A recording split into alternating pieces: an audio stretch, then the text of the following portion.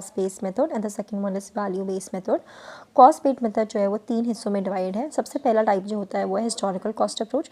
इसका मतलब ये होता है हम कॉस्ट जो मानते हैं हम इसमें हिस्टोरिकल मतलब पास्ट से रिलेटेड कॉस्ट मानते हैं। मतलब पास्ट में ऑर्गेनाइजेशन को जितना भी पैसा लगा था उस ऑर्गेनाइजेशन के एम्प्लॉय को ट्रेन करने में, वही उसका क्या है, ट्रेन या रिक्रूटमेंट से रिलेटेड जितना भी पैसा लगा वो उसकी वैल्यू हो जाएगी। The second type is replacement cost approach. इसमें क्या करते हैं, हम ये मानते हैं कि फ्यूचर में हमें अगर इसी पर्टिकुलर एम्प्लॉय को रिप्लेस करने में जो ट्रेनिंग एंड रिक्रूटमेंट से रिलेटेड कॉस्ट आएगा वो उसकी वैल्यू हो जाती है। इसमें हम जो मार्केट वैल्यू इस प्रेजेंट एम्प्लॉय की है जो उसको हम मानते हैं ह्यूमन की वैल्यू।